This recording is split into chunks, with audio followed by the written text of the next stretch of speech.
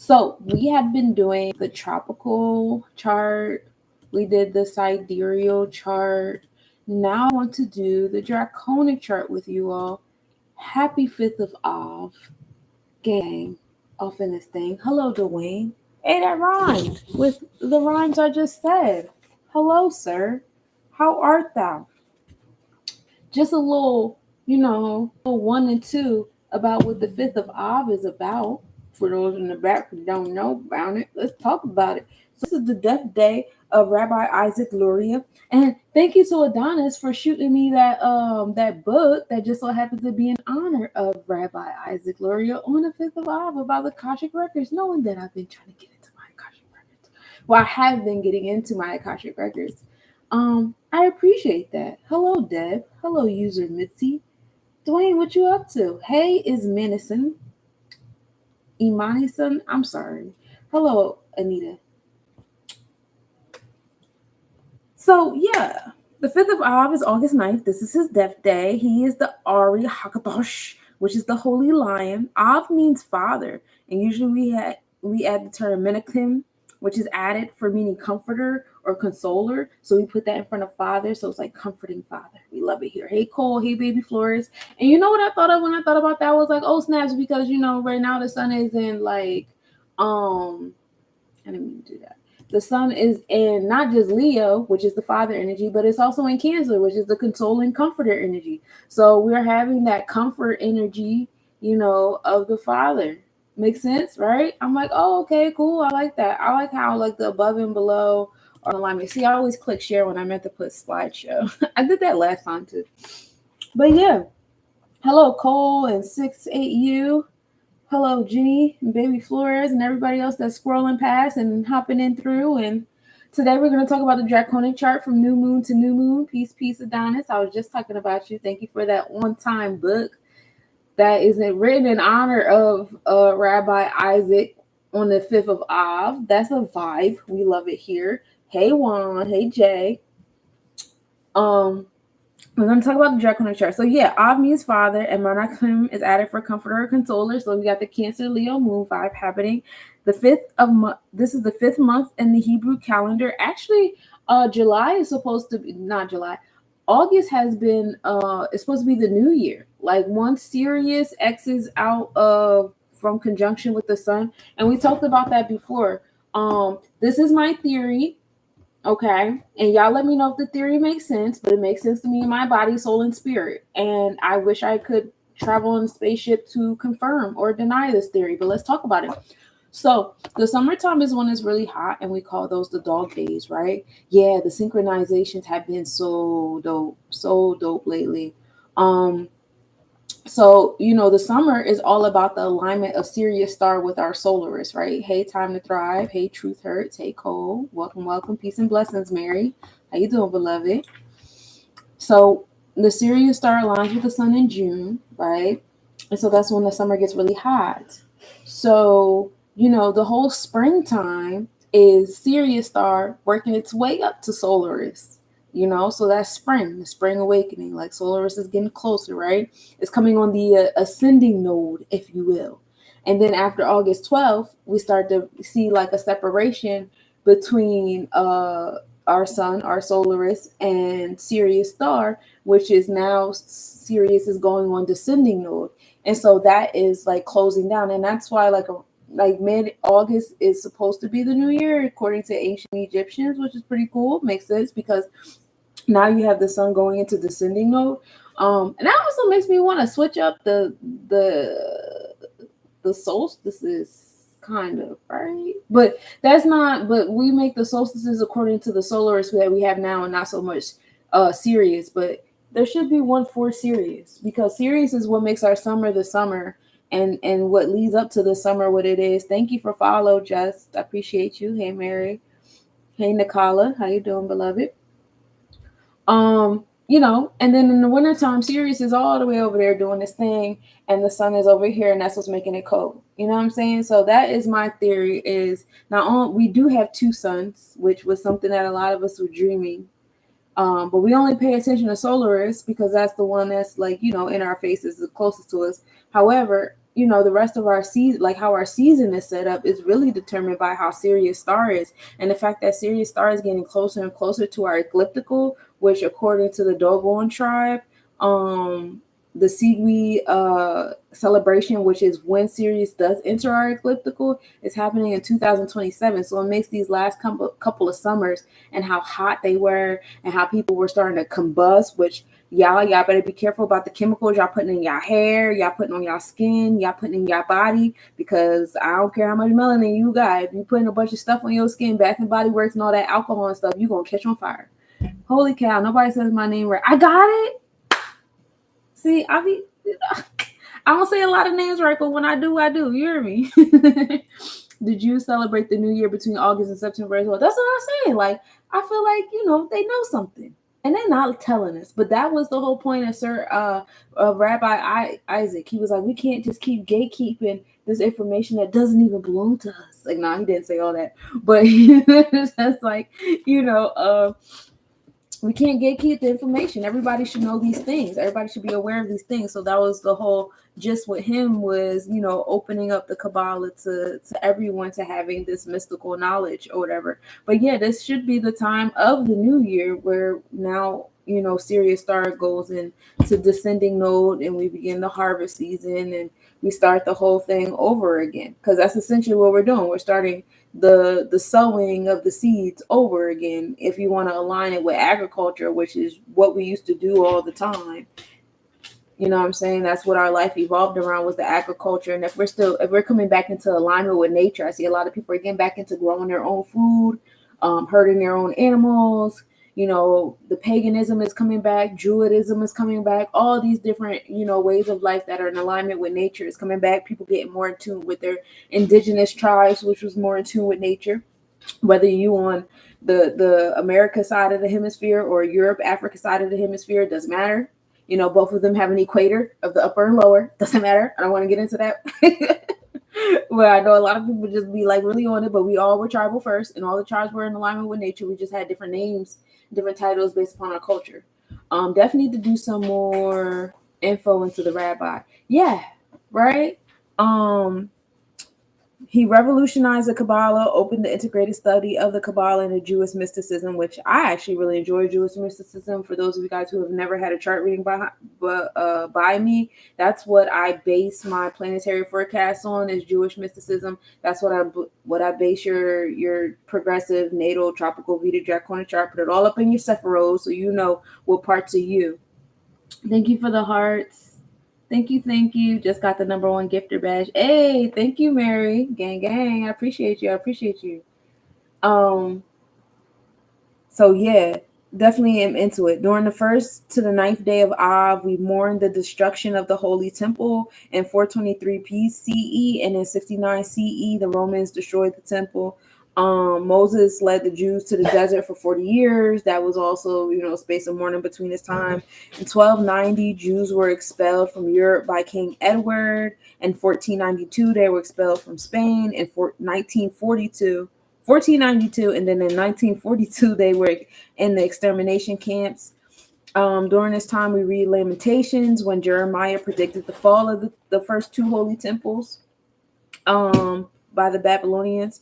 Av represents tragedy and potential for redemption. The Babylonian king lion came under the constellation of Leo and destroyed the Lion of God, which is Jerusalem, supposed to be the Lion of God. Thank you. I appreciate the gifts.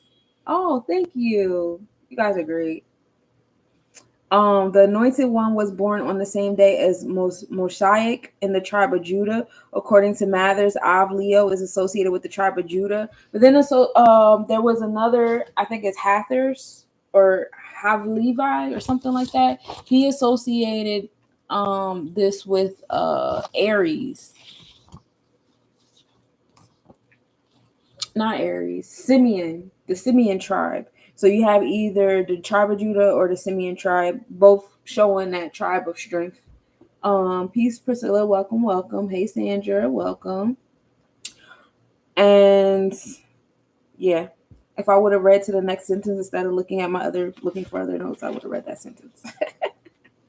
But yes, happy Av, y'all. Hey, Fee. How you doing, love? We have some retrogrades going on. Neptune started retrograde on July 2nd. Pallas is in retrograde. That started July 18th. Mercury's retrograde started on August 4th with the new moon. Saturn's retrograde started on June 29th. Neptune. Pluto's retrograde started on May 2nd. Chiron's retrograde, that is not starting until December 26th. Ceres retrograde started on May 15th, and that one ends on the day after Mercury.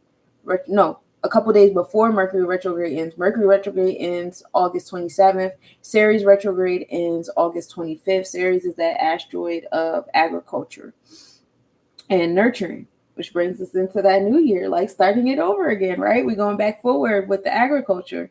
Because from May, you think May 5th to August 25th is hot. So you're just like reaping the benefits of all the things that you've harvested, all the things that you've sown during that period of time. Makes sense to me. Pallas was in retrograde from March 29th to July 9th. And then Psyche's retrograde started on June 19th. Peace, Tony. How you doing, beloved? That ends on September 24th. And then Uranus's retrograde starts on September 1st. So, Uranus's retrograde starts at the next new moon. So, like, we close this Mercury retrograde out. That one started this new moon. Uranus starts the next one. And that Uranus is in Taurus, just punching everybody in the face. And there's in their space of self-worth and love and wealth, business, different levels of love, whether it's familial, friendship, relationship, romantic, universal love, all those things. How's your day going, Tony? What you up to? So those are all the things. And just to let you guys know, the partial lunar eclipse is on September 17th to the 18th. This is also a super moon. We got the next 4 full moons are going to be super moons. That one is that super moon starts at 10:35 p.m. The eclipse starts at 10:44 p.m. and that goes on into the next day. The annular solar eclipse starts on October 2nd. And just to come back to the partial lunar eclipse, that is an alignment between Virgo and Pisces, which is going to be in alignment with the North and South Node. Hey, David, how you doing? It was a long day at work. Okay, you just waking up? How was your nap? How was your day, David? Hello, Pamela. Welcome. So, you have that Virgo Pisces eclipse happening. A lot of energy happening with Mercury and Virgo energy. Like Mercury and Virgo energy is very happy Sabbath. Yes, we've entered the Sabbath day. Happy Saturn day, y'all. Hawk 215. Hockey. Hey. That nap was like that. That means it was fast. It was slow. It was like that. Finger snap. Hey, Khalil. And then how you doing, Hockey? How your day going? And then October 2nd is Virgo Libra energy in that eclipse. And then we have like a partial lunar eclipse thing happening on October 2nd, 17th. It's like a almost, but it's still like giving off the energy of an eclipse happening on October 17th. And those are the last 2.5 eclipses we're going to have this year. The 2025 eclipse will be March 13th to 14th is going to be the lunar. March 29th is going to be the solar. September 9th through the 7th. September 7th through the 8th is going to be lunar. And September 21st is going to be the solar. And that's next year. So it's crazy because that's Pisces, right? 3 is Pisces energy and 9 is Virgo. So it's like heavy energy happening with the Pisces Virgo energy. If you pay attention on the Vedic chart, Pisces Virgo is the North and South node for us right now. So that is like the sidereal chart deals with like our happenings and events, things that's happening with our body and our events. So to have those eclipses, a lot of different timelines, expect them to be merging, a lot of timelines merging, a lot of karmic energy coming, a lot of, it's definitely a good time to get into your Akashic record so you can have that awareness of the different energies that you got going on, which is why it's such a good time to get into the Draconic chart as well, because that also gets into your past lives. And that's like an astrological way to get into your Akashic records. It sounds like you're speaking about astrology. I am. Thank you for the follow, Randy. I appreciate you. Yeah, it was fast. It was that fast. Believed. believed. Hello, Donnell. Numerology and Sephiroth. Okay. My bad. I'm reading a message. That shouldn't be reading out loud. All right, so let's get into it, y'all. So on the Draconic Chart, the Draconic Chart deals with our soul's experiences, and we love it when our soul has experiences here because this is what it is. It's a soul experience. We're having our soul experience in the physical form. We are personifications of our energy. We're personifications of thought and emotion, and it's fun here, and we like it here. And welcome back, Mary. And so we could start with the ascending line, because the ascending line is the energy that we exert. The ascending line is the energy that we give off. When we started off this new moon cycle, we started off with the ascending line being in Taurus, right? So spiritually speaking, it was all about the vortex. It was all about the heart chakra, which is definitely in alignment. Thank you, Randy. I appreciate it. Which is giving off very much what I was talking about in my mathematics. If you guys are not in tune with my mathematics, check out my TikTok page. I do a daily mathematics. Every day I'm talking about the mathematics and what's happening in the cosmos on the astronomical level. Nice little 10-minute or less video I give y'all on a daily basis. We spent all month of 7 talking about how important it is for the internal heart, your heart, to be a reflection on the outside of the world and not the outside world being absorbed by your internal self. That is the 7. Libra rules the 7th house. That's the Libra scales, making sure it's your heart that's being projected. And if it is your heart being projected and you like what you see and it's beauty in these things, and you feel love and you feel comforted and you feel balanced and you love the interpersonal relationships, the bonds and the contracts, it feels justice, it feels harmonized, it feels all these beautiful things, and keep flowing in it. Hello, Maria. But if you don't like it, that means that there is some sort of little channel switching, a little realignment that you have to do in your heart chakra. You can go back down to the Taurus energy. Uranus is sitting there, right there, waiting for you, giving you the progressive pushes that you need to go ahead and be progressive, move forward in that heart chakra energy of your priorities, your sense of self-wealth, your love for self and other people on those different levels, your space of business. Forgiveness is a big thing here too. We talk about love, and whenever we talk about love, we automatically go to romantic love, but we forget that we have community love, we have familial love, we have friendship love, we have universal love, we have soul love, we have tribal love, we have love for self, which is the most important, because that love for self is the initial energy that's going inward that should be expressed outward. Twin flame journey isn't fun here, but I'm trucking along with inner work. Ashe, because that twin flame is reflecting to you, what that Libra balance is like, right? And if you don't like it, you got to fine tune it. And that's when you start creating boundaries, which is that Taurus energy is heavy earth. Ain't no earth stronger than that Taurus earth energy, right? So you put those boundaries up there, you put those down, even your heart chakra has a root chakra, you know what I'm saying? And then you allow that to reflect. Now, a couple things might happen. That person might be pushed away, or that person might adapt to that boundary, but it's still a reflection of showing, hey, I'm showing myself a sense of self-love. And my self-love is either going to push you away or it's going to cause you to adapt, right? Hey, Vinny, how you doing? Hey, Charlie. My moon is in Taurus at 28 degrees. The Draconic chart sitting right on Mars. The Draconic chart sitting right on Mars. Oh, really? Really? So having that intuitive energy in your heart chakra, being motivated towards that is good. So put action towards those downloads that you're receiving. Put action towards those downloads, and put action towards the uploads that need to be uploaded too, because not all the downloads are just for you. Some of them are sometimes you guys get downloads so you can expand on them and then put them back up in the cloud for someone else to actually act them through. Like, you could find yourself being your own resistance if you try to act out all the downloads you receive. Some of them are just for you to add on to them, because somebody else is supposed to act them out, either in this life, the next life, the last life. Time is not linear here. We just playing a game. So yeah, you have Uranus sitting there right there in the first house in that ascending line, giving us the progressive pushes. We started this moon cycle with Uranus sitting at a 1 and 7. 1 being that cardinal energy of action. 1 is knowledge. 1 is Aries, Ogun energy. That is the gut that controls the mind. Everything starts with the thought. And then 7 being that 7 is God in supreme mathematics. 7 is the 7th house of Libra, making sure what's going inward is going outward. So you're utilizing that knowledge that you have, that I did the mathematics all month of 7 on. all those decans of 7. And then bringing 8, transformation. So Uranus is giving y'all that transformations that y'all need in y'all heart chakra. And then you have coming forward, then you could have Mars, like you said, is at the 2-8, finding balance on that transformation now.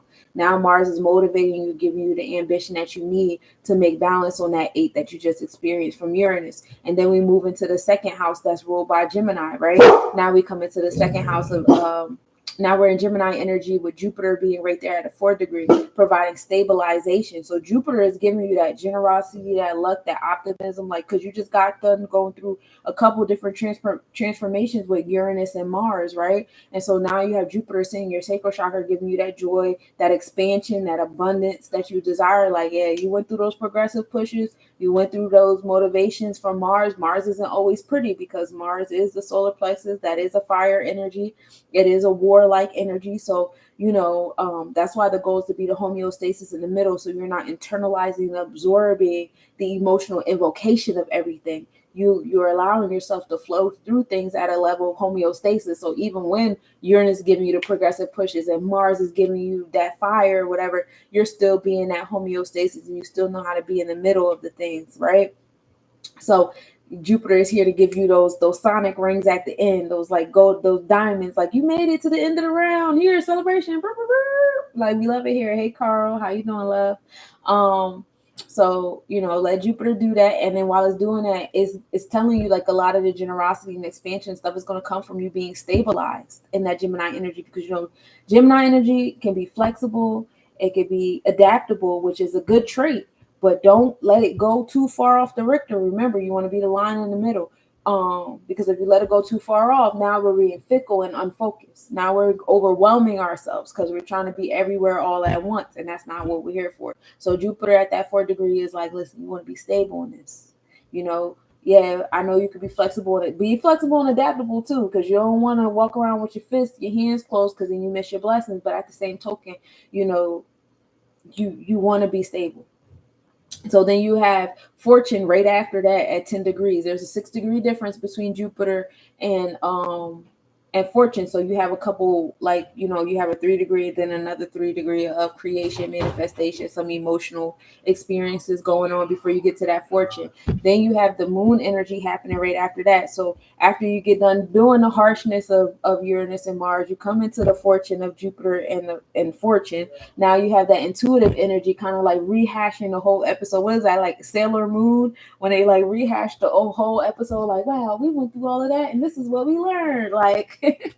So that's, the Moon bringing you that with the 2 and 0, which is wisdom in your cipher and supreme mathematics, finding that balance in your space, which is beautiful. Then we come into the 3rd house, which starts off in Gemini, but then it ends off in Cancer, and now we've entered the IC line. The IC line is peace, Sash, how you doing? Thank you for the follow, Tony.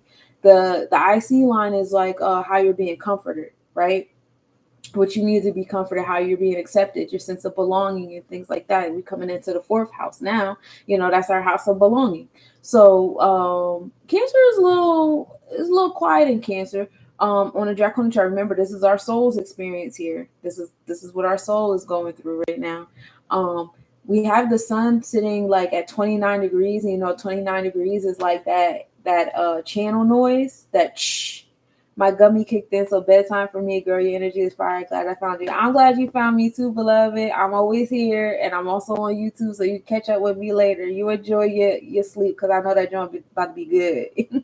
Hey, Jaden, welcome. Salute to the hardest working woman. Thank you. Appreciate you. I need to clear my energy. Well, you came to the right place. I appreciate the follow, Carl.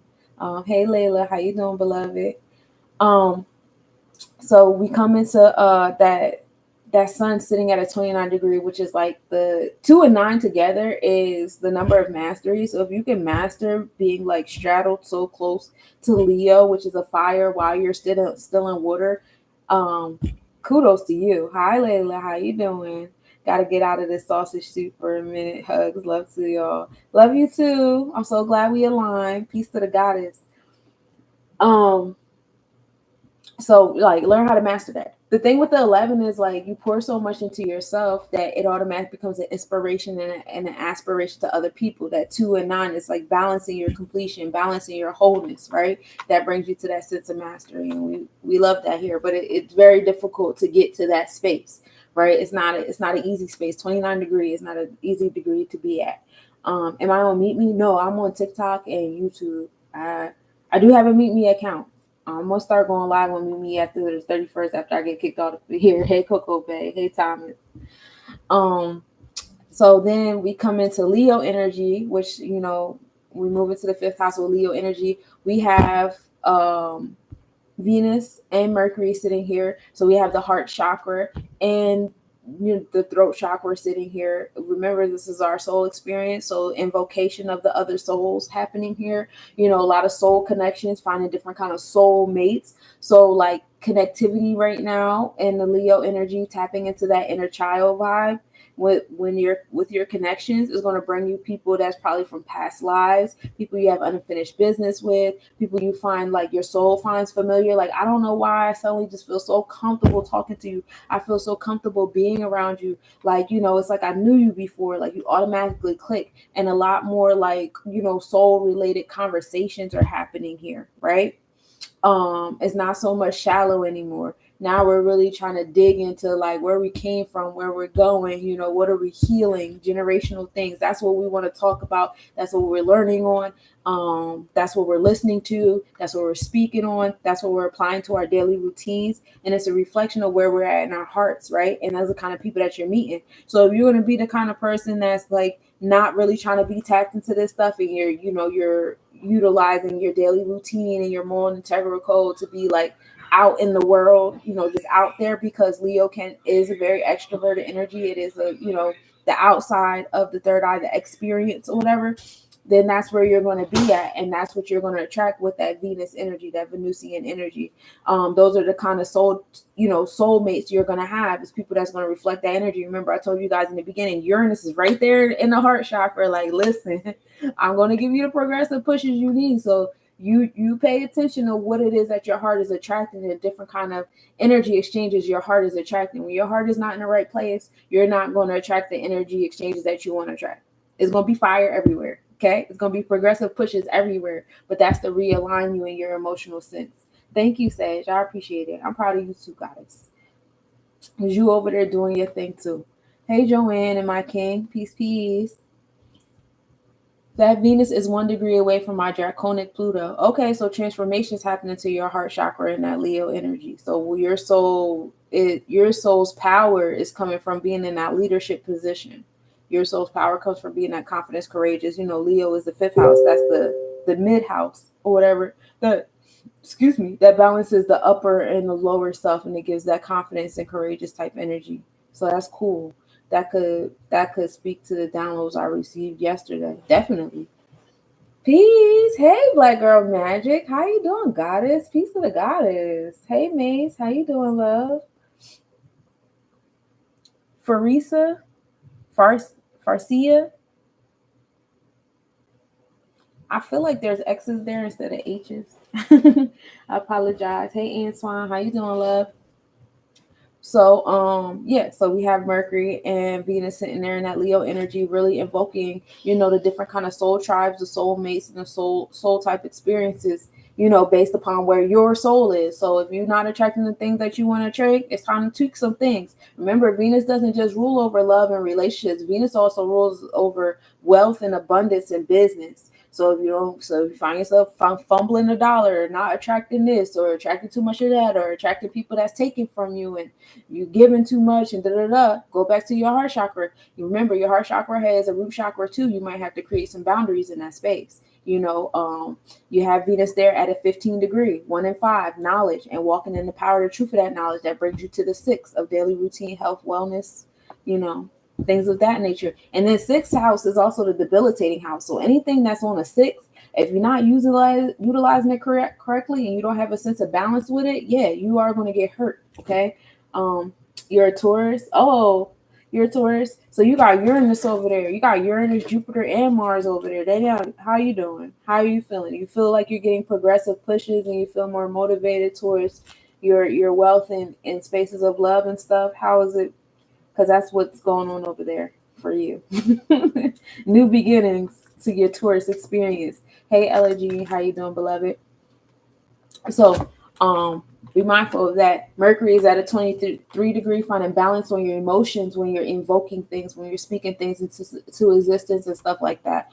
2 and 3 come together and make 5, walking in the power of your truth once you get done doing that. So then we move, and then remember, this is happening in the 5th house. So you got 1 and 5 of Venus, then you got 2 and 3 that make 5 in Mercury, and and this is happening in Leo in the 5th house. There's a lot of 5s going on over there. It's definitely a heavy time to walk in the power of your truth and be confident and courageous with that heart. You know what I mean? With your Tippereth. Thank you, Gemini Jim. Peace to the goddess. I appreciate you. I have a lot of fire for me. Yeah. You just gotta like know when you are utilizing the fire and when you're letting the fire consume you, and have a balance with the fire, you know? Because like again, like this Mercury and Venus is a tricky place too, because when it first entered, that's when we had a lot going on with people having like political arguments. I'm pretty sure it's people still having political arguments, but it's not a part of my reality because that's not where my heart and my throat chakra cares about. Hey Louisville, how you doing, beloved? Hey Vega. But that's where a lot of that passionate type energy and that walking in the power of the truth and being very straightforward and stuff, like I've seen like strolling on the For You page with people going live, people talking about different things they feel really passionate about and stuff like that. Unfortunately in their dialogue, in their heart chakra as well as their throat chakra, they're allowing the fire to consume them to where they don't know how to listen. They're just speaking. Or, some people, fire is too dim to where they're just listening and they're not speaking up enough. You know what I'm saying? So, learning how to have like a dialogue, like a back and forth, learning how to speak to people, knowing how to be spoken to, especially when you disagree, is very important, especially with those 2 placements sitting in that fire energy. That's actually like in alignment with my, this is in alignment with my chart because my Mercury and Venus are in Leo, Virgo Leo energy. So this is where I'm at. But mine is in the 2nd house. Mine isn't in the 5th house. So we move into Virgo energy. Now we have Virgo, still in the 5th house a little bit, but then we move into the 6th house of Virgo. Once we get into like a 15 degree of Virgo, that's when the 6th house, like a 13 degree, then the 6th house begins. So the 6th house is starting at a karmic number. Make sure that health, wealth, your moral integral code is on point. Make sure your rituals are on point. Make sure you're being dedicated, being persistent and consistent with the things that you're saying that you want to invoke into your space, that you're harvesting in your space, because that's all 6. And it happening at a 13 degree. 13 is a karmic number because 1 and 3 is very difficult for us because all of our childhood, we've been taught not to speak up on how we feel about things in our own different ways. Like you weren't allowed, like I was in school, I wasn't allowed to raise my hand when I had to go to the bathroom. I wasn't allowed to tell the gym teacher when I didn't feel like doing gym because it was that time of the month. I wasn't allowed to, girls are supposed to be seen and not heard, and a child stay in a child place, and you ain't got no nerves, and we were very debilitated in the throat chakra area. So 13 becomes a karmic number because it's like a full circle thing. How well are you doing with that childhood, that little girl, that little boy, or that little person that wasn't allowed to speak up, on your needs? Or maybe you was, maybe it wasn't when you were a child, maybe it was when you were an infant. Parents let you cry it out. Oh, let them cry it out. So you don't even like remember verbatim certain instances, but you was crying it out so much that now you have, can we upload this live on It's All Divine, please? Absolutely, you can. Absolutely, I'd be honored. Hello, Kevin. Hey, Dan. Hey, Dan. How you doing, love? Hey, Gabrielle. I've got 4 planets in the 5th house of Pisces. Really? I got 3. But my 3 are in Capricorn. That's where my 5th house is, in Capricorn. So a lot of my a lot of my challenges come from my childhood. But they wasn't hitting on nothing.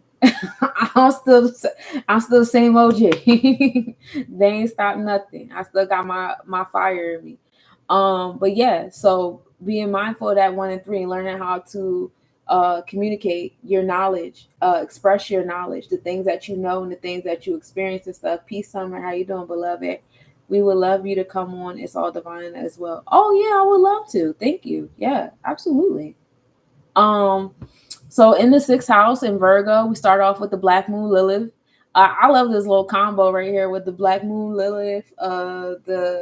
This is the South Node and the vortex, and how like between the tropical, the Vedic, and the Draconic, because we talked about the tropical and the Vedic earlier this week. So now the Draconic. Peace, Roy. How you doing, beloved? So now we're talking about in the Draconic, them straddling between Virgo and Libra energy. So Black Moon Lilith being in Virgo, that rebellious energy. It's time to rebel against the things that you guys have been taught, to do on a daily routine, what you guys been learning, what y'all been listening to and stuff like that. It's a rebellious type energy happening here. 2 and 4 is balance on like the foundation of those things. When I finish my podcast, you can, Roy. You already know. Y'all be backstage on my podcast. Hey, Charlie. Hey, Brutus. How you doing, beloved? Hey, Hallie Joe. Hall Joe. Joel. My bad. Took me a minute. I'm trying to read fast. But yeah, so Lilith is bringing that rebellious energy. You know what I'm saying? 2 and 4 come together and make 6. That bring you right back to that 6th house, right? Bring you back around to the Virgo. So not only do we start the month off with Lilith and Virgo, it's in the 6th house and it's at a 2, 4, 6 degree. So like any day dealing with 6, whether it's the 6th, the 15th, the 24th, them days is like, yeah, we really rebelling today, y'all. You really not finna do anything you had planned, anything that was a part of your indoctrination that was in your plans. Prepare for it to be messed up. Thank you, Charlie. I appreciate it. Peace to you, AJ. And then the vortex is always at a 0 degree at the Draconic chart because it deals with the pathway of the moon. And so the moon is always is like rises on the 0 degree Aries and sets at a 0 degree Libra. It doesn't change from that, like how it does on the Vedic and the tropical chart, right? But it's pretty cool.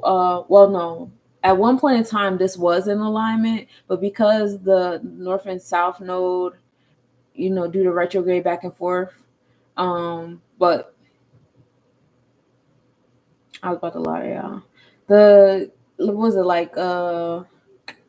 like 2020 was around the time where the North and South node of the tropical and the Vedic was more so on top of this Pisces Libra energy, right?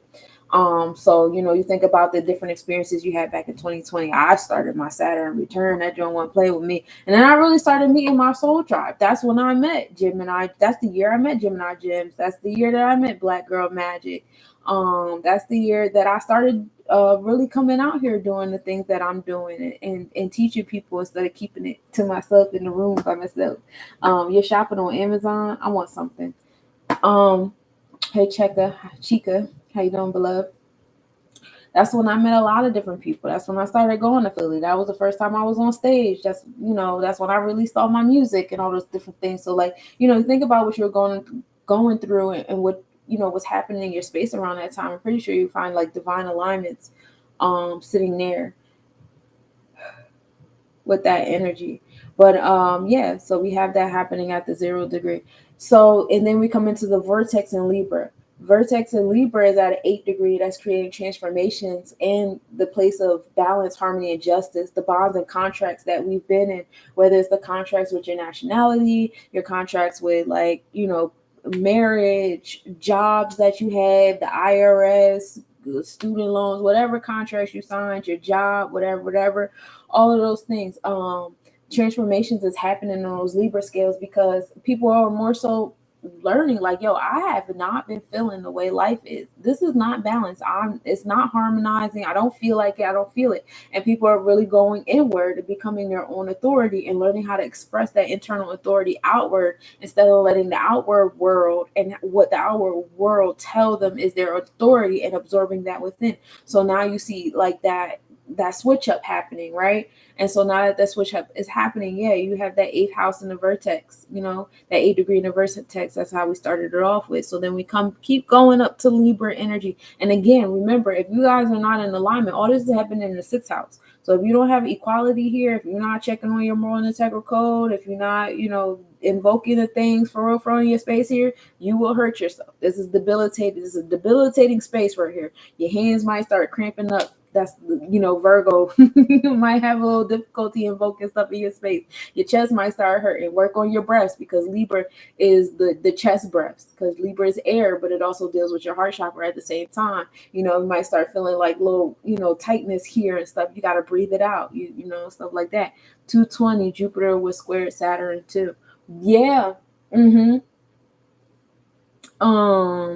Was it 2018 was when they were conjunction real heavy. I remember doing the planetary forecast with that, where we spent like a whole year, some change, with Jupiter and Saturn hanging out with each other. That was a really, really dope year. That was really cool, at least for me and my I really enjoyed that. Yes, I need my balance. Yes, make sure that like what you feel in the inside is being expressed on the outside. And then it's like a thing, like, don't be scared to fuck up. Like, you express what you have in your heart. Like, I give you an example, lamest turn example. Say like you don't want to do anything, like you just want to be lazy, right? I don't have an emotional connection to the word lazy. So when I say lazy, please don't think I'm throwing shade. That's like the best word I could think of in this moment. You don't want to do anything. You just want to lay around, do this, do that, and the third, right? So follow that. That's what you feel, follow that. And pay attention to what happens in your vortex as you do that. Now, what part of your vortex that changed and you didn't like the way that changed? You might want to do something different there. You know what I'm saying? But make sure it's something that you have in your heart, not an indoctrination thing. You know what I'm saying? Stuff like that. Like, allow yourself to have trial and error with going along with your emotions and how you feel and what you feel you want in your space, because your feelings, which is something that we've been taught to ignore for so many reasons in so many different ways, whether it's Hollywood music, television, your teachers at school, parents, elders, whoever, everybody always taught us to stay out of our feelings, put our feelings to the side, blah, blah, blah. But that is the number one antenna that we have. Hey, Nam, how you doing? Hey, Ghost Dog. That is the number one antenna that we have, that we're being taught to ignore the most, which is not okay. You know what I'm saying? You have to go to your heart. We need a level of grace. Yes, that's what we're here to do. We're here to follow our heart. We're here to be that grace. We just been taught to move so far away from it and be all about, we got to build, we got to do this, we got to do that anyway, we got to blah, blah, blah anyway. And don't realize that when we fall out of alignment with our heart, we fall alignment out of each other, out of nature, out of all these different things. Hey Max, how you doing? We fall out of alignment with all these different things that we would be more so in alignment with if we follow our heart. You would have better friends. You would have better romantic relationships. You would have better experiences if you want to stay in a workplace. Some people do like to work. Some people really like what they do, and there's nothing wrong with that. Some people don't like to work at all. Some people would rather be growing their own food. Some people would rather be just exploring, outside exploring. You should be allowed to do those things. You know what I'm saying? You should be allowed to do those things. But you got to see how you're in your way when it comes to those things.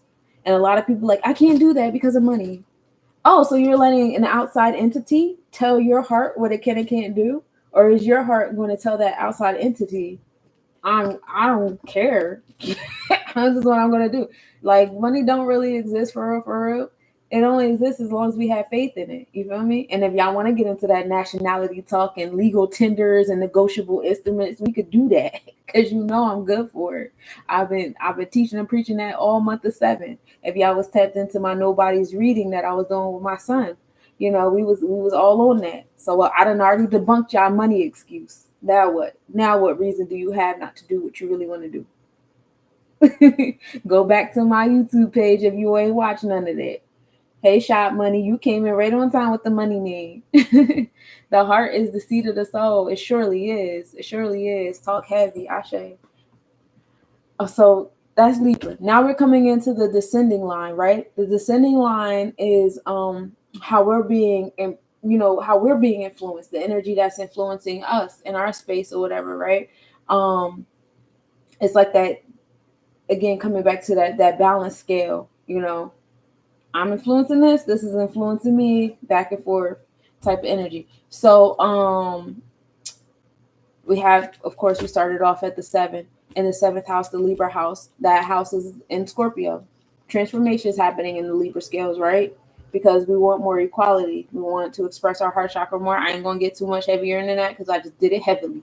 And then we get into Sagittarius. It's empty there too, but Sagittarius is in the 8th house. So transformations happening to my Sagittarius over there, feeling more empowered, right?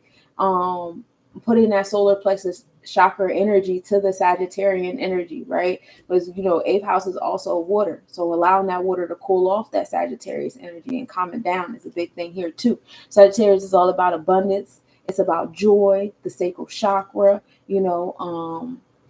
The thing with fire can be as nice as a candle, but it can be as big as a forest fire. So transformations with the 8, it's like, it's not about being that high or that low. The goal is to be the homeostasis in the middle. Hey, big cat, how you doing? As a Libra, hey, what's up, Shad? How your day going? As a Libra, I realize more and more as I get older, I follow more of a connection based off energy. Yeah, because you're air, so you got to feel other people's air to, and make sure it's balanced and make sure in this alignment with where you want to be at and where how you want to feel. Don't let nobody fuck up your pH. Thank you. But yeah, transformations, empowerment, and the thing with 8 associated with Oya is that transformation can be harsh, right? It's not always an easy transformation, especially when you're being your own resistance. And this is happening in the space of joy and forcing the things that make you joyful and joyous. It's not going to be an easy journey here because 8 is not an easy number. It's a solar plexus number. It's here to give that discipline. Is here to give those limitations. It's here to give you all those things because 8 Scorpio energy is Hera Kahuti, which is the 5th sphere of the tree of life, which is associated with a Jabora, which is severity, right? The limitations. So you have Chesed over there on the other side, which is like Sagittarius, Jupiter energy, like la la la, giving everybody lollipops. But then it has to get to that 5th sphere where it's like, okay, if I keep giving everybody lollipops and gumdrops and shit, it's going to make your teeth rot. It's going to make your stomach hurt. So we have to have some level of limitation. We have to have some level of discipline, right? We have to, put something. We have to put a firmament between the waters above and below. You know what I'm saying? Because without the firmament, it's just a bunch of water, right? We got to chill on that chest a little bit. So that's that alignment there, finding that balance between that, those two spheres, those two Sephiros. Rock with you. How you doing? Thank you for the follow. Hey, Livy Love. Hey, Kathy. Welcome. So we have that. Then we have the 9th house starting in Sagittarius. So, we have a bit of a 9th house starting in its home space. And then we make it to the MC line, which is our business and success, which is what everybody seems to care about. So business and success, it starts off, it's right there at that, line between the 9th and the 10th house or whatever. So it's straddling between the two of, abundance and generosity and optimism and expansion and all that. And then we come into 10 Capricorn, the challenges that we need in our space to give us the discipline and the order that we need to keep moving. So, you have that balance between the two, the root and the sacral chakra. Our line of success is right there. We have, and it's sitting at a 13 degree in Capricorn, right? So 13, again, coming to that karmic number, learning how to express the things that you know. Y'all is not going to be successful without expressing the things that y'all know. Y'all know a lot of stuff, but how are you expressing it? How are you creating? What are you producing with the things that you know? Or are you just over here chatting? Hey, Livy Love, how's your day going, my love? You have to start moving forward, and don't be scared of messing up. Like, you are going to mess up. But you're not going to mess up. Stop letting society's definitions of mess up be mess up. Let your personal definitions of mess up be mess up. I messed up because I realized this ain't really what I want. That ain't that big a deal. So I just fix it until it's what I want, right? It's not that deep. But if you let outward, they be like, oh my God, you failed. You got to do it again. You're wasting your time. You're wasting your money. You're wasting your life. What are you doing with yourself? Don't let none of that in. No, it don't got to be that deep. If you don't want it to be that deep, it could be trial and error. How do you think the scientific method go? You think they got every trial correctly? No, there was human error. It was a percentage of error that goes on every time, right? So allow yourself to have that percentage of error. That's the whole point of you being here. You know what I'm saying? It's the whole point of you being here. We have Pluto sitting over there in Capricorn. Um, it's at a 2-1, so it's finding balance on that knowledge, that's bringing you to a space of creation. See, even Pluto is sitting here in your soul experience. Like, I want you to use this wisdom and your knowledge to create in this root chakra. Provide, and whatever you create, guess what? It's going to transform everything in that root chakra of your soul. So, in this space, in the Draconic chart, you're like, you are shaking the shit up when it comes to your spiritual DNA, when it comes to your past lives. And not even that, like, think about your ancestors, think about what you're doing in comparison to what your ancestors have done, and keep it 100 about who your ancestors are. I know that a lot of us are mixed. It's to the point now, like, we're all everything. We're literally everything at this point. We could be everything, we could be everybody. You know what I'm saying? And that's dope. That's how it's supposed to be right now.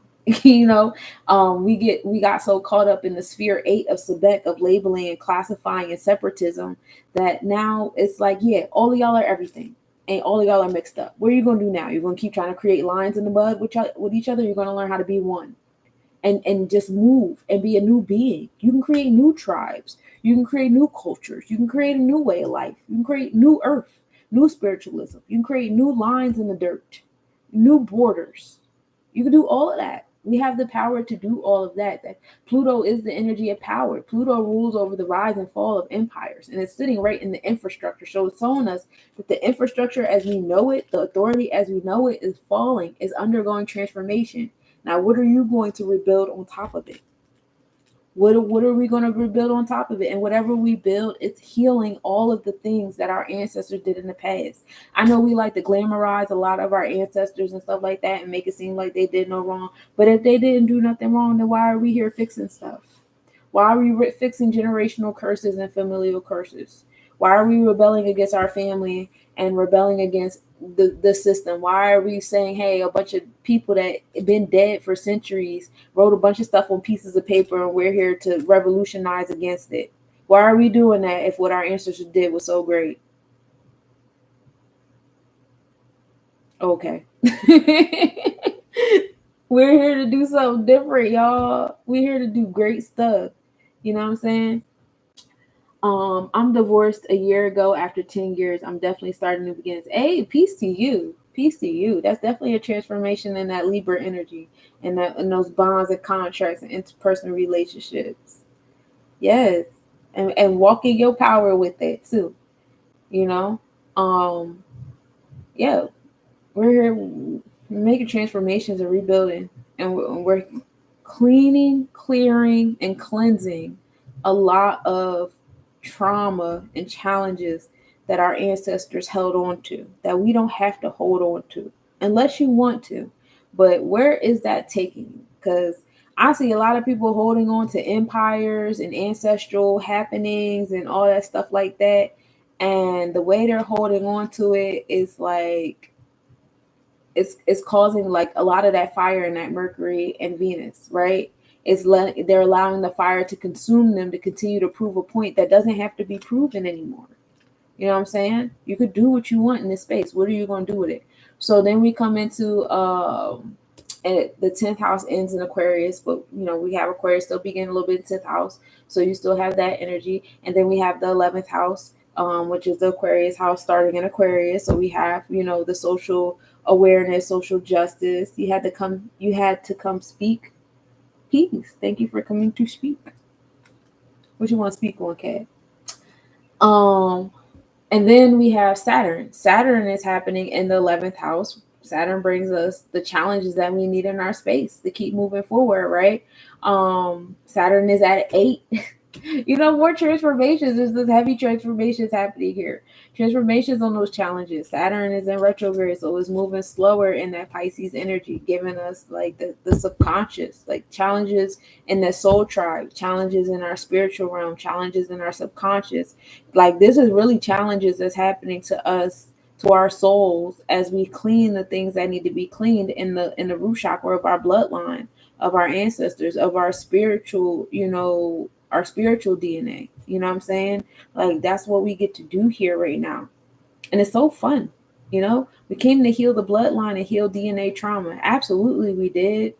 We came to heal the celestial DNA too, and a lot of that comes into that play of forgiveness. Uranus is over there. Like, I'm going to give y'all the progressive pushes y'all need to forgive, because I'm going to put y'all in situations where, some of y'all ain't going to have no choice but to come together and learn how to forgive, because you're going to have a common enemy that's going to come at y'all crazy. Now what? Y'all going to keep putting these lines in the mud?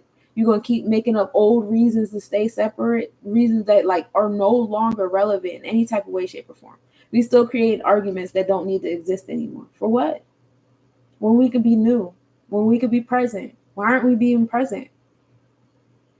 We're in a space where it's like, it's certain non-physical beings right now, whether they're ancestors, spiritual deities, whatever, that are jealous of the fact that we're here right now, straddling between dimensions of the physical and non-physical. Like, we get to be here right now during this space in this time with these liberties that we have right now, and a lot of us don't even know the liberties that we have, because you still got certain bonds and contracts in your root chakra that don't belong there no more, because they've been expired, but we were never taught they expired. We have to teach ourselves. We have to teach each other.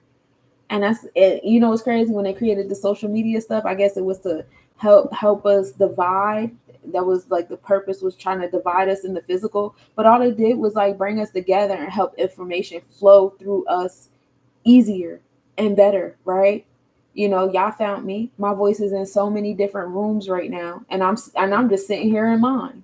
Isn't that crazy? That's what we can do now. And certain beings that, in certain spaces of time couldn't do that, but we get to do that now. And so we got to use it. It's like the story of Asar and All Set. Like, he had this tool that, he was using to oppress people. The tool was supposed to be used to oppress people. And then, Asar ended up taking over that tool and was like, nah, we're going to use the equality. I'm going to take your tool. Your tool can still exist. Ain't nobody destroying your tool. But I'm going to use it to create unity and love and empowerment to the people. You know what I'm saying? So that's that alignment with that. Anyway, Saturn wants transformations all up in that spiritual realm. You guys are healing the spiritual DNA of your people, of us as a whole, because we still come back together as one. So we can know the histories of things. And remember, those are his stories. They're not your stories, because you're here now, right? And we're going to make new stories with those stories. And we have to move in forgiveness and move in love. If you want peace, then be peace. If you want unity, then be unity. If you want togetherness, be togetherness. If you want freedom, then be freedom. Okay? Be those things. Then we have Neptune sitting here in Pisces in this house. So I already told y'all, Neptune is in Pisces in the 12th house on the tropical, Vedic, and Draconic. We went over that heavily the other day. Right now it's at a 20 degree in Pisces. Oh yeah, yesterday when we went over the 888, I went over all three charts yesterday on the 888, which was really cool. To see how those were in alignment. You guys could check that out too. If y'all want to tap into that, I had some really good messages for y'all on that day. But yeah, find a balance in your cipher, wisdom in your cipher, when you're tapped into your subconscious, when you're tapping in, this is a great time to tap into your Akashic records, tap into your celestial DNA. I know they try to confuse us with these 23andMe's and all this, and they injecting us with stuff, putting stuff in our DNA. They really trying the most to keep us down to this 2-strand DNA.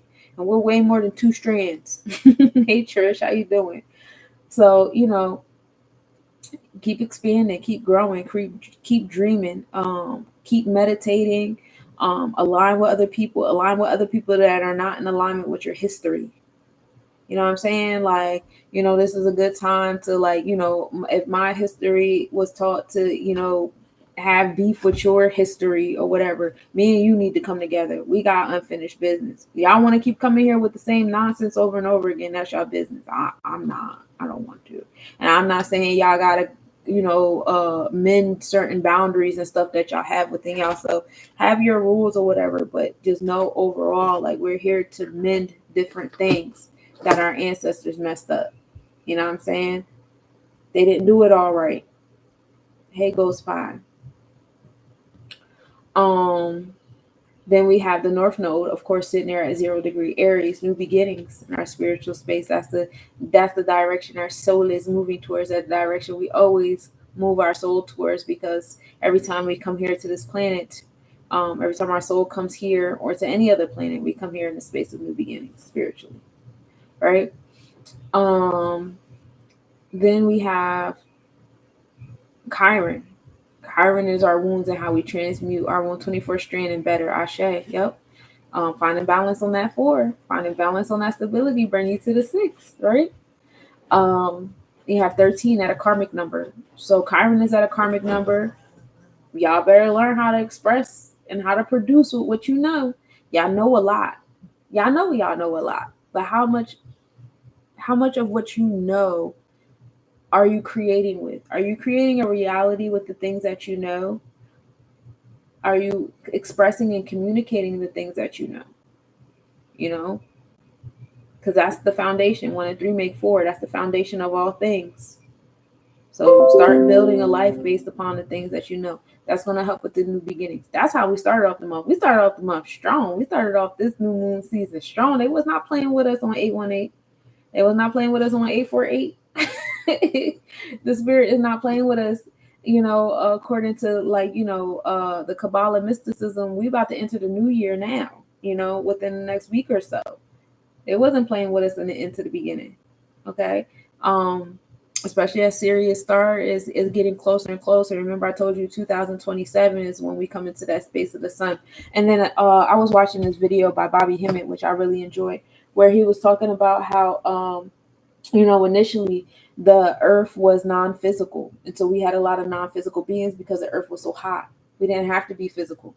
You know what I'm saying? It was too hot to be a physical being. So then once the earth started cooling off, that's when everything started to condense. That's why you had the giants and everything was bigger, and everything was bigger and more extreme because it was hot, but it was starting to cool down for things to start, people, places, things to become more physical. And so now we're here. And we have spaces where it's still getting colder and colder, where people are condensing even more. And then you have spaces where it's starting to get hotter and hotter. And eventually, as Sirius Star gets more in conjunct with our sun, and it happens for a longer period of time, like the Segmi celebration with the Dogon tribe, you're going to see us start getting hotter, start expanding. We don't die. So don't, you be scared of the physical, of it all, because our energy is still going to be here. It's just going to be, it's back to the non-physical of things. You know what I'm saying? The energy is still going to be here. Some of y'all is dinosaurs. Ain't nothing wrong with it. But yeah, that's how we start. Now, how we end off, we start the next new moon cycle. By then, a Gemini is going to be popping. Our ascendant line is going to be in Gemini. So the soul tribe, by 918, the soul tribe is going to be in your space. You're going to have your soulmates. You're going to have your soul tribe. You're going to have the people around you. Gemini deals with like your relatives, like grandparents and cousins and siblings and aunts and uncles, people you grew up with, people in your neighborhood, like a Tri-City area, like that level of community. That's what you're going to have. Jupiter is right there, giving you the abundance, the joy, the generosity, and all that stuff. Mars is going to be right there. That's your motivation. That's your ambition. Those are your triggers. So, it might be a back and forth with what, but we start off with Jupiter first. So it starts great first before you might have to have some new beginnings. You might have to do some pruning. It's fine because Mars starts at a 2-0. So that's wisdom and balance in your cipher, right?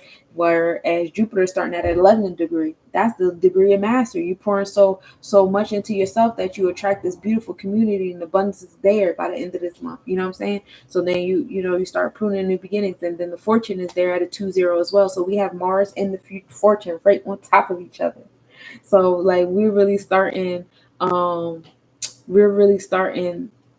the next new moon with the community to the forefront, the community that your soul is attracting.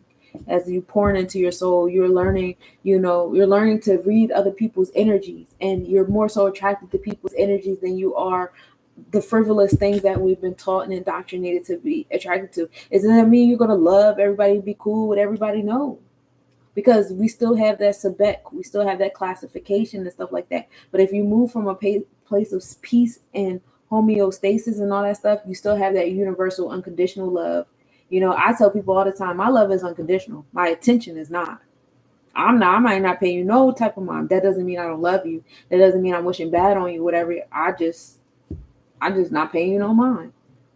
You know what I'm saying? So, you know, that's my personal that's my personal balance, my personal boundary, or whatever. You have whatever you want to have in your space. And again, do trial and error. Do you like how this is going in your space? I love the way that happens in my space. I love you. I'm always rooting for you. If you pop back up in my space, I'm gonna be over here clapping with you. That's what's up. But then after a while, I'm gonna be like, all right, I'm out because you don't get my attention no more. You know what I'm saying? And I love it. It makes me feel good. It works for me. I'm not getting no crazy karma, so I know the universe is in my favor with those decisions. It's cool here. We love it here. Hey Ruben, how you doing, beloved? So you do what works for you. That's just me sharing. Maybe it helps you out. So we get out of Gemini. Then we're in Cancer. Cancer's ruling over the second house. So listen, tapping into your intuition, let your third eye speak, your experience, your intuition and all that, doing all those things. That's giving you the second house. That's your wealth. That's your abundance. That's your priority at that point in time. By the time we get to the next new moon, that's the priority. Then we have the third house starting in Cancer, community coming right back into it. The third house, and then the third house goes into Leo. Now we have Mercury, because now Mercury is finally going, it's gone forward. So it moves forward. It goes in retrograde back into Leo or whatever. So now, we're still in Leo. We had a 14 degree, having knowledge in that foundation that we've created, what brings us to 5, which is walking in the power of our truth. We're really invoking the things that we know, right? We're materializing the things that we know in the space and walking in the power of our truth with that 14.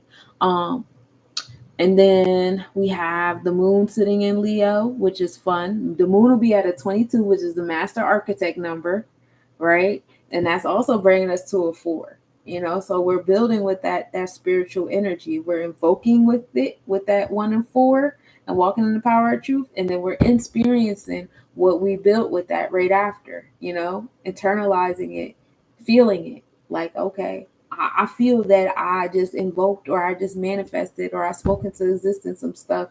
It feels good. And then right after, then we have our experience, our soul's experience, which is at a 2 degree, which is wisdom, finding that balance, that harmony. We love it here. And that's sitting in Virgo, right? In the 4th house. So we're still in the Cancer house with it. We're still in our third eye energy with this sun and moon, whether it's the moon in Leo or the sun in Virgo, it's still happening in the 4th house of Cancer. Oh yeah. And then we made it to our 4th line, right? That division between Mercury invoking our Tippereth, that Leo energy in the 3rd house with our community. That is the IC line right there. So now we're coming into how our nurturing, our sense of belonging comes into that moon at 22 degrees. So y'all are really going to start manifesting comfort for yourself. You know what I'm saying? And then you come into the sun, then your soul starts experiencing those things that you manifested for yourself on that other side, that ascendant energy. Okay. Then we come into the 5th house, still starting in Virgo. We have Venus there in Virgo in the 5th house. At a 2-6, finding balance on what we do on our daily routine and our health and wellness and our moral integral code. Transformations happening as you find balance and wisdom there, right? Because wisdom comes from trial and error. I know if I touch the fire, it's going to burn. You know what I'm saying? But that came from wisdom. Knowledge is when you read a book and you can quote it and you can cite it. Wisdom comes from you practicing it and saying, oh yeah, this is this and that is that. And then understanding is when you start creating with that knowledge and that wisdom together. We want more 3s, right? We get sucked into the 1s a lot, and we don't pay attention to the fact that, like, sometimes we read a bunch of books, right? I love to read. I got books all over the place. Got books behind me, got books on the side of me, got books over here, books everywhere. But I also like to try the things that I've learned, right? You know what I'm saying? It's not just about me learning it. Hey, Jay. Hey, 13 Rara.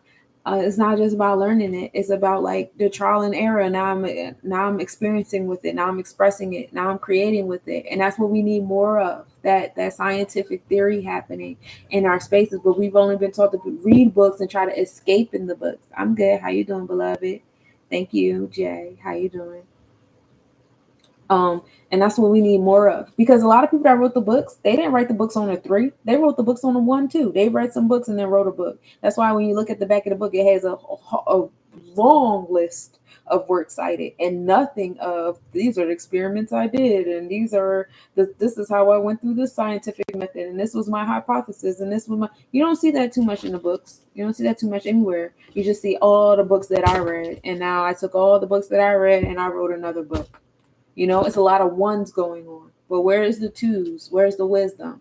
Right? You got ones and zeros. Everything is ones and zeros, right? But where's the twos at? Where's the threes of expression? Right? Where's the threes of creativity, of trial and error?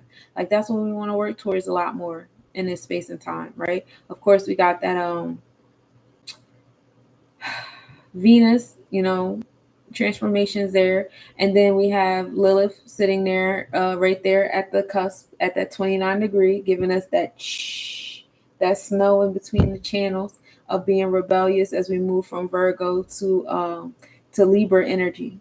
So now we're exiting out of that daily routine. So by the end of this month, Lilith's work should be done. She should be like, you know what? Y'all are good. Your soul is good. You know how to rebel against everything you've been indoctrinated with.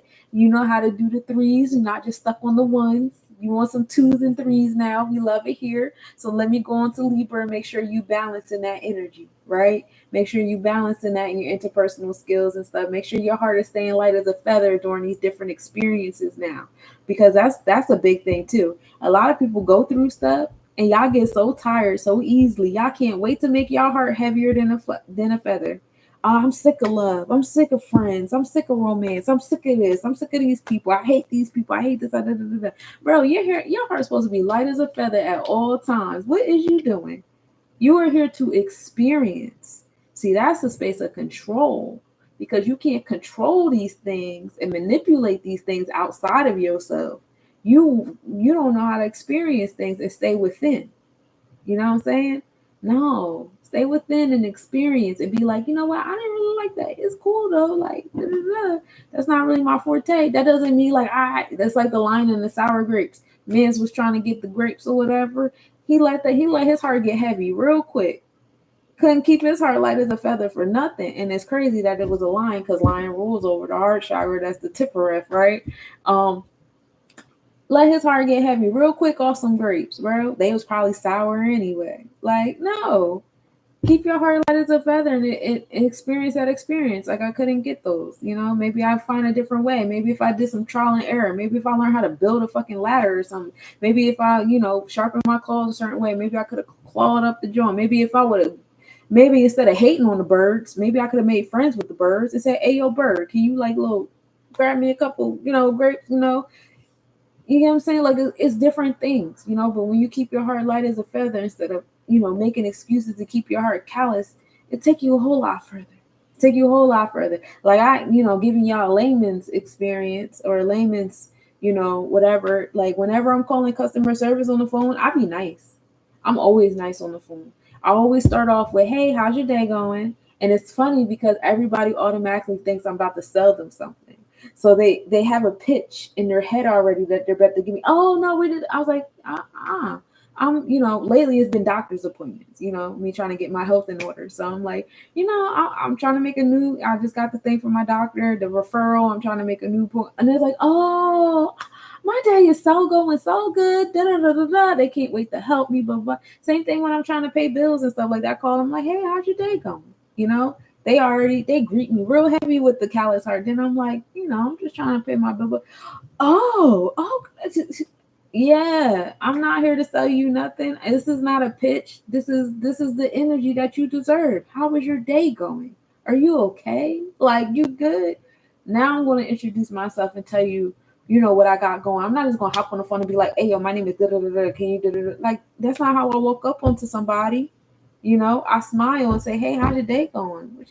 How's your weekend? Like, I hope you, and I get the best conversation. I had a couple customer service agents, say, oh, I want a name. Can I use your name? I had one lady, I think she was working for the phone company that I was trying to pay my bill on the phone or whatever. And she was like, I really like your name. Like, I'm pregnant right now. Can I use your name? And I'm like, yeah, you can use my name. She's like, I just really like your energy. And like, I have the best conversations because I don't walk into these spaces with my heart heavy. When you walk into spaces with your heart light, so much better things happen to you. Like, meet people that met me.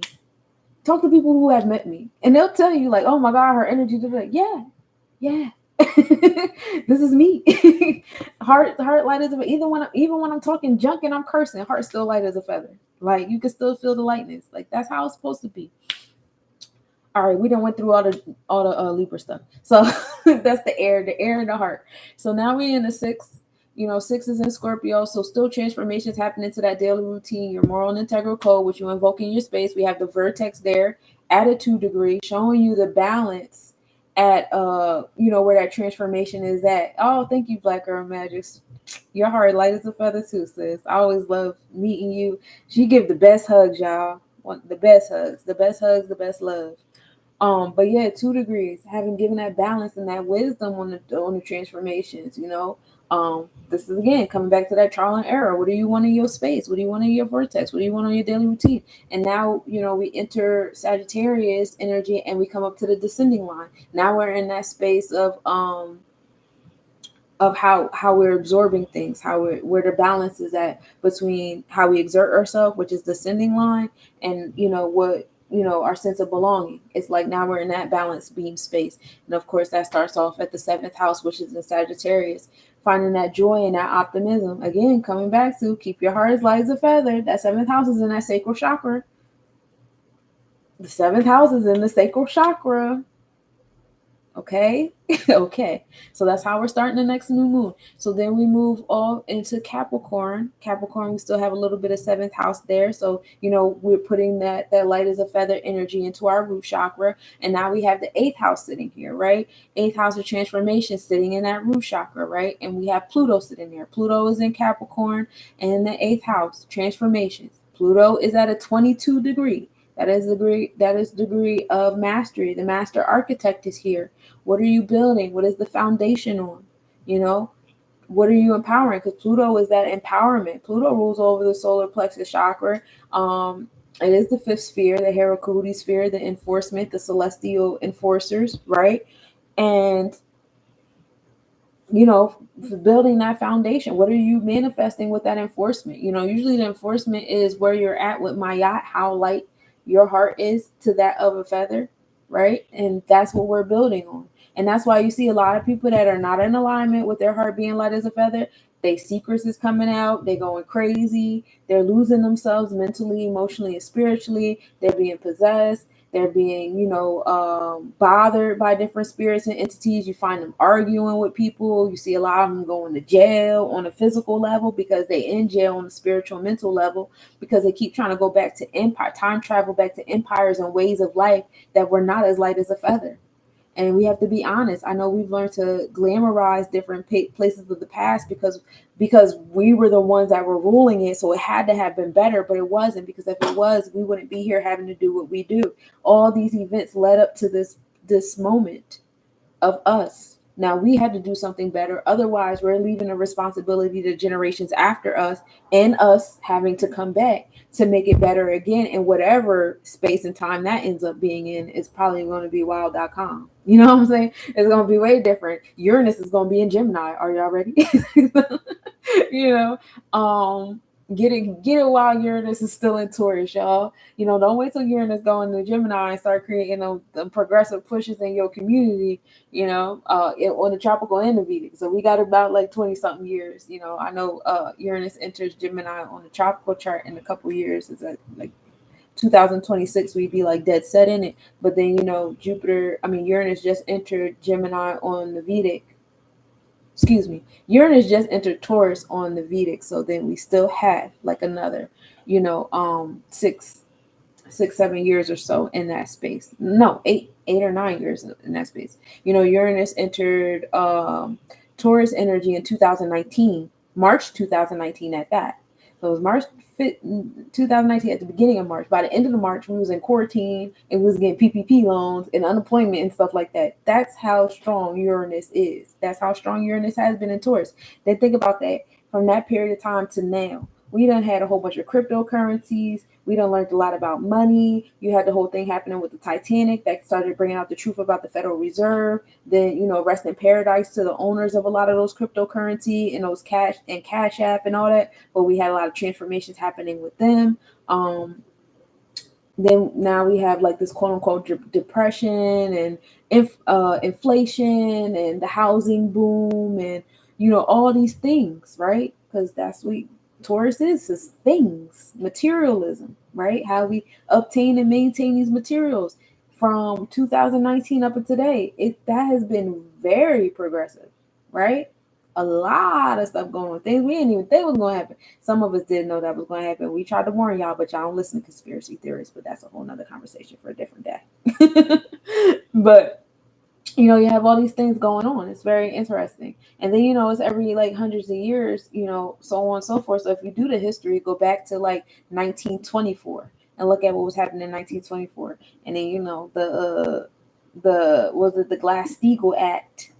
The Banking Act was 1933. So we can imagine what 1933 is going to look like, by the time Sirius come back around and all that stuff. So it's a lot of little things happening. Anyway, let's come back to this. So Pluto's still creating transformations in that root chakra of your soul. You hear me? So then we come into the ninth house. The ninth house starts in Capricorn energy, and then it comes into Aquarius. And now we're at our MC line, which is our line of success in business and career, right?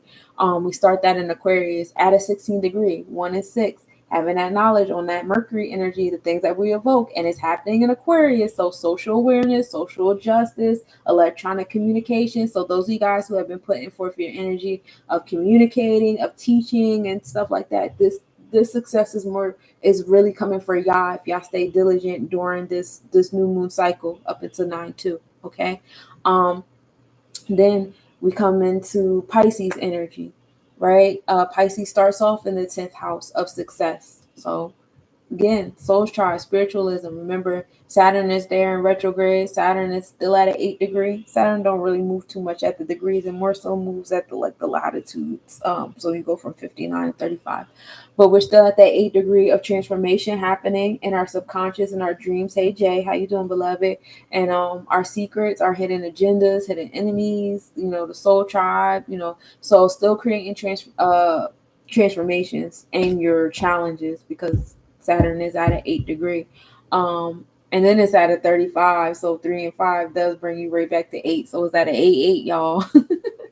But it's in the 10th house. So you allowing those transformations to occur. You facing those challenges head on and not allowing them to make your heart heavy because Pisces is also in alignment with Mayat. And Mayat is the scales of making sure your heart is light as a feather. Otherwise, your heart will get devoured by an alligator. You know what I'm saying? You're a Pisces. Oh, so you came in right on time, beloved. You have Saturn over there. How you doing with Saturn over there in your soul? On the was it tropical and Vedic? We have Neptune over there hanging out with you in the 12th house. You feel a lot dreamier than usual. Do you feel yourself coming into like a more spiritual realm? I see that with a lot of Pisces. A lot of Pisces like really like being heavy in their spiritual realm. Since Neptune has been in Pisces. But yeah, so now we have the transformation happening, and then we come into the 12th house, and we have Neptune sitting there at 20 degree, finding wisdom in our space, and then we get into the North Node, which of course is at a 0 degree Aries, bringing an easy new beginnings to our soul's experiences, because that's how we come in here. Everything starts with the light, the soul. And then we have I started looking at the wrong chart, y'all. Y'all was letting me. Anyway, we have Saturn at the 10th. I'm looking like Saturn is at the 11th house. It's so crazy. No, Saturn is at 8 degrees in the 10th house. And then we have Neptune moving at it makes it to 21 degrees. So again, bringing that wisdom and that knowledge and creating with that wisdom and knowledge, right? That is, you say, yes, ma'am. Okay, I feel you. Keep moving into that spiritual realm. That's that Neptune and Pisces in the 12th house for you. That's where your success is going to come from. You really like starting to feel energies for what they are, and instead of taking things for face value and stuff, because a lot of stuff that we take for face value is based upon our indoctrination. When we here to feel, stuff, cuz.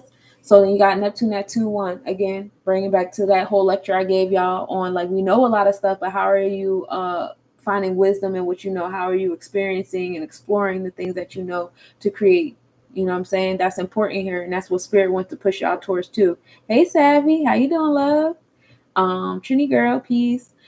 And then, of course, we have the North Node at 0 degree Aries, giving us those new beginnings. And then we come into Chiron at the 15 degree in Aries, 1 and 5, bringing us that knowledge, and then walking in the power of our truth with that knowledge and applying it to our daily routine as 1 and 5 come together and make 6, right? And that's happening in the 11th house. So that's our social awareness, our social justice, the electronic communication, all those things like that. So, we move, what was that, Chiron at a 13, at that karmic number of 1 and 3, learning how to express, what we know. And now we're moving at Chiron, moving at a 15, which is knowing how to walk in the power of truth, what we know. Is there a progressed Draconic chart? This is it. Are you saying like for your personal self? Yes, there is a progressed Draconic chart. Your soul do be growing and moving and shucking and driving and doing different things. This is the transit Draconic chart. You could align this with your progressed Draconic chart. Because you have where your soul, the energy your soul was in when it came in the womb, and then you have where your soul is at now. I have gotten versed with the mathematics for how to calculate how different planets move, because I learned how to calculate like my own ephemeris, because I think the ephemeris that we have now that we've been using, it only goes up to 2044. I don't know if there's people that are working on the ephemeris after 2044, but I made it my business to learn the mathematics to do it myself. That's how deep my love for this goes. So, I have the different speeds of the different celestial bodies on the tropical, and I want to say I have it on the Vedic too. But even if I don't have it in Vedic, the Ayana Amasa is at 24 degrees, and it moves like a 0.1 or 0.2 degree every year or so, or 0.01, 0.02 degree, and then so if I could find the difference, I don't think there's a steady difference between these though, because it seems like the Draconic chart moves in and out of the tropical chart and the Vedic chart. There's certain times where your mindset is like right spot on with Draconic, and then there's times where your happenings are right spot on with Draconic, and that's why a lot of us are experiencing the Mandela effect. Peace, welcome back, Big Cat. That's why a lot of us experience the Mandela effect in our happenings, and then some of us experience the Mandela effect in our thoughts, because that alignment is going in and out of each other, back and forth and stuff, especially as the North and South node keep going in retrograde, and they keep going forward and backward in the degrees. I know the tropical is in Aries, Libra, and while the Vedic is in Pisces, Virgo. And at one point in time, the Vedic was also in Aries, Libra, but again, because of the retrogrades going back and forth all the time and stuff, it's like the clock is always moving back and forth. I always think of like the way that the things were moving in Da Vinci Code, like always going back and forth, or even in the Saw movies when it's going back and forth and stuff like that.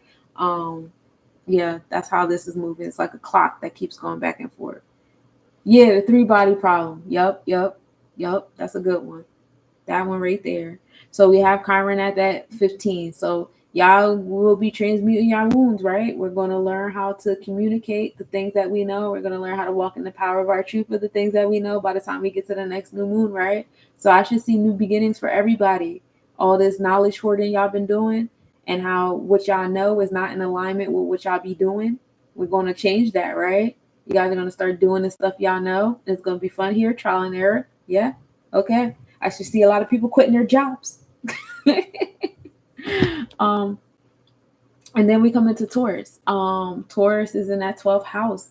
Uranus is in Taurus in the 12th house. I love that. So, giving us that progressive. Oh, and it's at a 19 degree. Y'all know I love my 19s. Just to let y'all know my birthday is 9/19, just in case anybody cares. We love it here.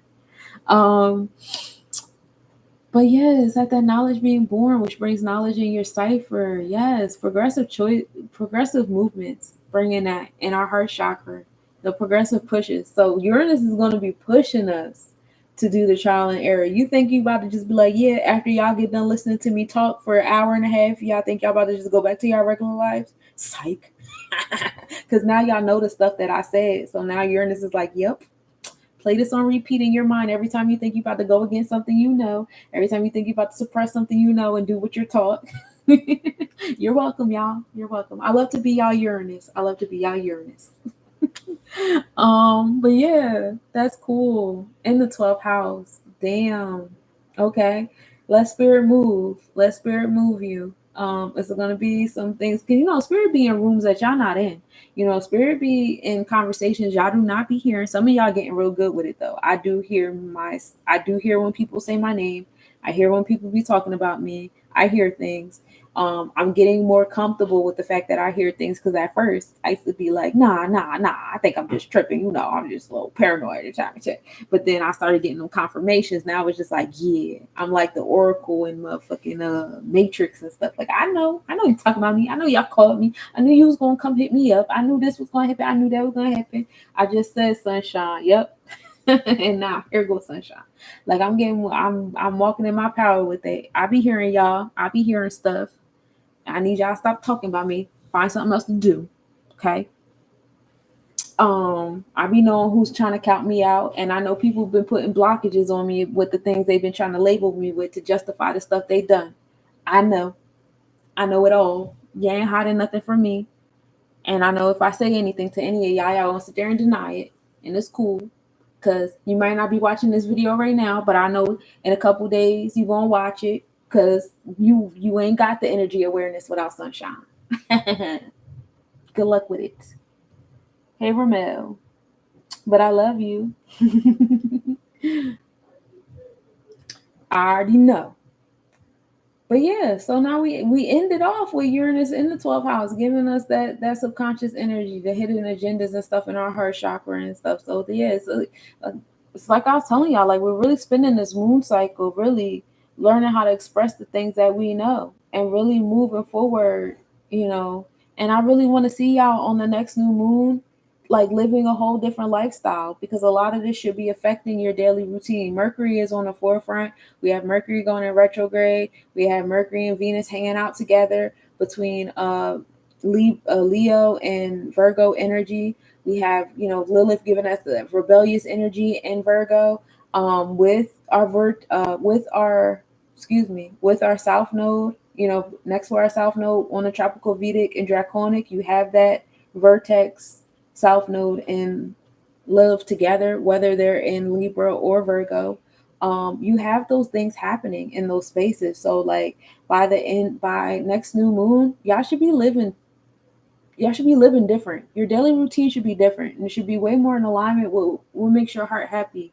Or at least y'all should be in trial and error of figuring out how to align your heart chakra and your reality, right?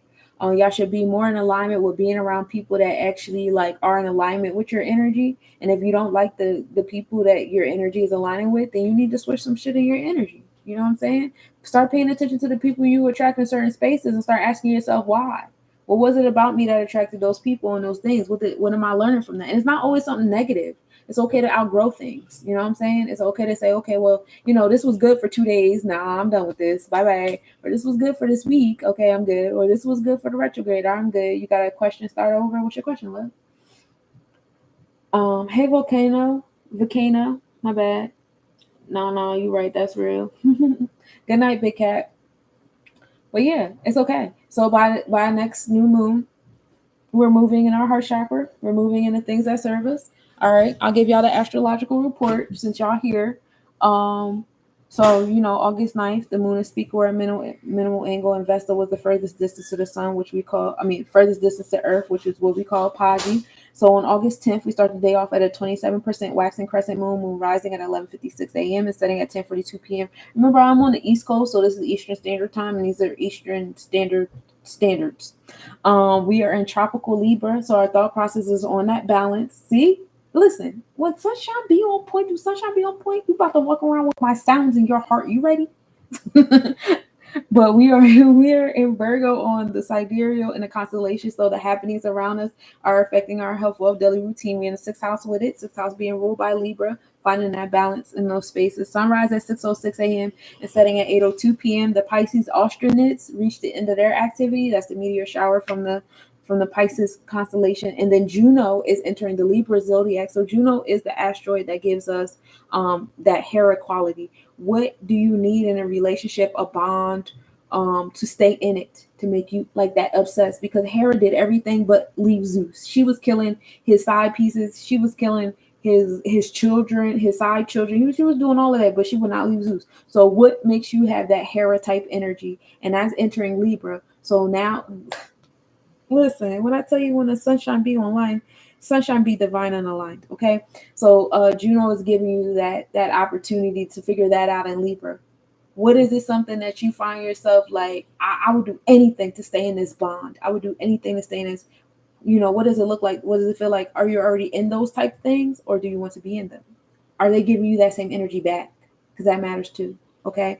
And that happens at 8:45 p.m. So y'all really gonna start focusing on that Juno and Libra and those bonds and contracts and interpersonal relationships in y'all heart chakra, and what makes y'all want to be in them. All right. That's what I got for y'all today, my cosmic nobodies. Did we like today? Did we like the Draconic? Was this cool? Do you guys like the way I did this? Because this is my first time doing it with it all separate. Was this cool? And this was like a cool way for me to like go live on a regular basis now that I'm trying to do my TikTok thing. But this was cool. I didn't drag it. I'll see you guys again tomorrow. We're gonna align the we're I did the 888 already. Oh yeah. Oh yeah, we could just do that. I can keep doing that. Or I do want to give you guys the astrological astronomical report, so I might just go live and just give you the astrological astronomical report. And I don't think that we talked about the tropical and sidereal on 9/2. So we could do the tropical, sidereal, and draconic on 9/2. And we could just keep going and flowing. Cool. Gratitude. I thank y'all for tapping in. I thank y'all for sticking with me. I know it's getting late. I appreciate y'all so much. I appreciate everybody in the comments, whether you're on YouTube, TikTok, POF. You guys are awesome. I appreciate everybody for the gifts on all of the platforms. You guys are feeding my soul. Appreciate you. You are awesome. So I'm gonna let y'all go and enjoy. And if you guys came in kind of late, it's okay, because this is recorded on YouTube. Peace, y'all.